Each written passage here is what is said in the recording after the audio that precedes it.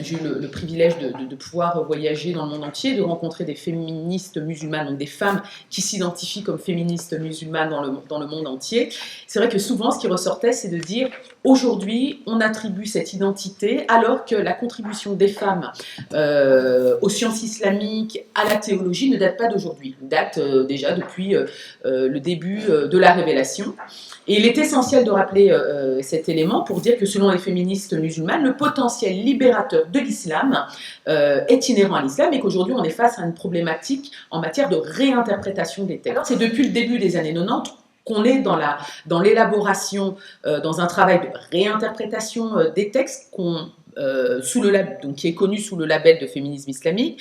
Donc c'est un mouvement de pensée dans les années 90, 90 pardon, d'un certain nombre d'intellectuels musulmanes engagés, ce qu'on appelle les scholar activists. Donc Amina Wadud, peut-être que certains ici la connaissent, donc cette afro-américaine qui avait relevé, j'ai trouvé ça c'est formidable parce elle a subverti finalement, elle a une approche très subvertive dans le sens où elle a dirigé une prière en tant que femme devant des hommes.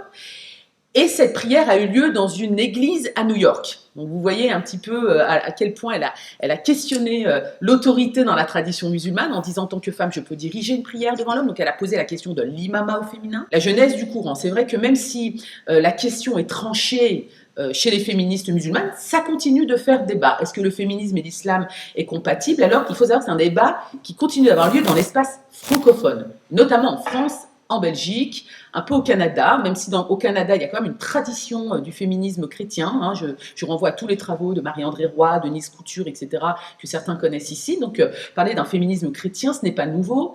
Par contre, parler d'un féminisme musulman, évidemment, ça renvoie toujours à la charge négative, aux stéréotypes, aux représentations sociales qu'on a de l'islam, qui est considéré comme une religion oppressante, discriminante à l'endroit des femmes, puisque les femmes portent le foulard, symbole de l'assujettissement des femmes. Donc, ô Seigneur, comment parler de libération quand ces femmes portent le symbole d'oppression par excellence? Alors, selon Meima Abouba, qui est professeure à l'American University of Cairo, qui est égyptienne, elle dit que finalement, le concept de féminisme islamique a été créé par des intellectuels occidentaux pour catégoriser une nouvelle forme d'activisme qui prenait chez les musulmanes d'Occident et en Orient, comme dans le monde arabo-musulman, et elle dit c'est ce qu'elle appelle l'appellation hégémonique de cet autre avec un grand A. Alors le féminisme et l'islam semblent effectivement contraints à un rapport conflictuel.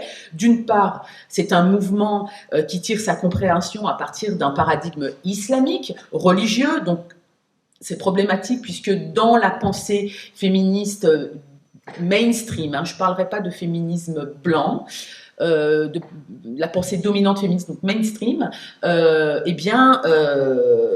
l'islam est l'antithèse des valeurs que le mouvement féministe dit mainstream défend. Mais chez les féministes musulmanes, quand on les interroge, elles disent que le label d'identité de féministe, au départ, elles ont du mal à se l'approprier. Pourquoi? Parce que finalement, le féminisme renvoie à l'époque coloniale, un féminisme colonial qui, à l'époque, établissait un lien inextricable entre le féminisme et l'islam. Et donc, pour les femmes musulmanes, au départ, c'était véritablement difficile de parler d'un féminisme musulman ou d'accepter ce label de féministe musulmane. Alors, c'est un concept qui est tantôt revendiqué, tantôt controversé, c'est un concept qui inquiète, comme il peut rassurer. Et il faut le situer sur deux plans. Sur le plan donc, de la pensée, comme je le disais, il se compose principalement d'universitaires, les scholar activists, donc des intellectuels engagés d'un point de vue de l'action. Donc c'est toute une génération d'associations de dynamiques de femmes qui s'engagent sur le terrain pour dénoncer les violences sexistes. On a des féministes musulmanes qui sont engagées dans un processus de réforme donc, de la loi islamique en revisitant les méthodes et les approches du texte. Et elles proposent de nouvelles méthodes interprétatives de l'exégèse scripturaire. Donc, en Europe francophone, c'est au cours des années 2000 qu'on assiste à l'éruption soudaine de ces femmes musulmanes qui se revendiquent donc comme féministes et musulmanes. Donc c'est une identité hybride qui combine la religiosité et le féminisme qui apparaît après les attentats de 2001, mais qui s'affirme en France en 2004, notamment après cette loi qui interdit le foulard, qui interdit les signes religieux, mais qui en réalité visait clairement le foulard. Donc en 2000-2003, ce qu'on voit, c'est qu'il y a différentes femmes qui se s'organisent pour faire face à différents fronts et qui se retrouvent justement à lutter, comme vous le disiez, qui devaient lutter contre toutes les formes de sexisme au sein de leur propre communauté de foi et contre le racisme dans la société civile.